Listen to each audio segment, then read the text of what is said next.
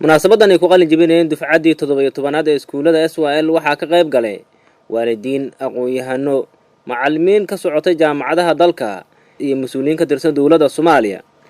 Jaamac Cabdiraxmaan Aadan oo ku hadlay afka ardayda maanta ka qalin bedelatay iskuulada SYL ayaa hambali u diray ardaydii ka mid ahayd iskuulka ee kaalmaha hore ka galay imtixaanka shahaadiga ee dawladda.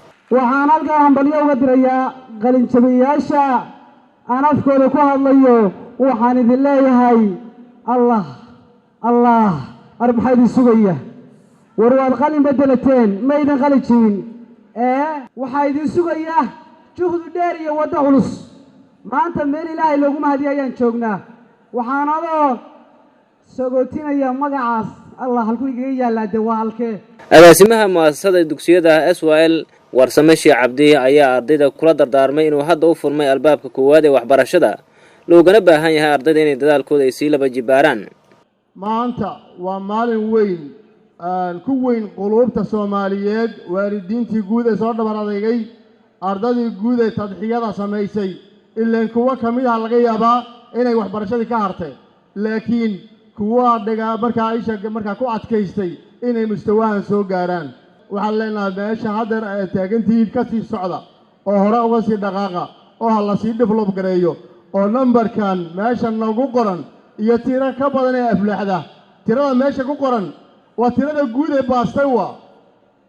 ugu dambeyn gudoomiyaha iskuulada SYL Maxamed Siciid Saalax ayaa tilmaamay in dadaal badan ugu soo bixiyay in heerkan ay soo gaarto ardaydu, waxaana uu ku bogaadiyay inay ka sii guul gaaraan darajooyinka kale ee waxbarashada uga dhiman.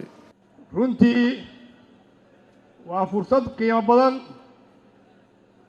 waa dadaal qaali ah, waa dadaal waqti dheer soo shaqaynayay.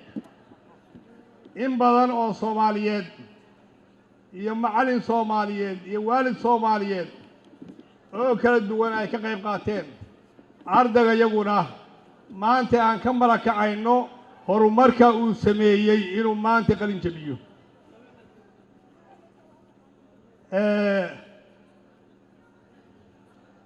maanta ardayda halkan noo qalin jabinaysa oo aan u sacabtumayno oo magacayga iyo kiinaba maantay aan ku leenahay hambalyo.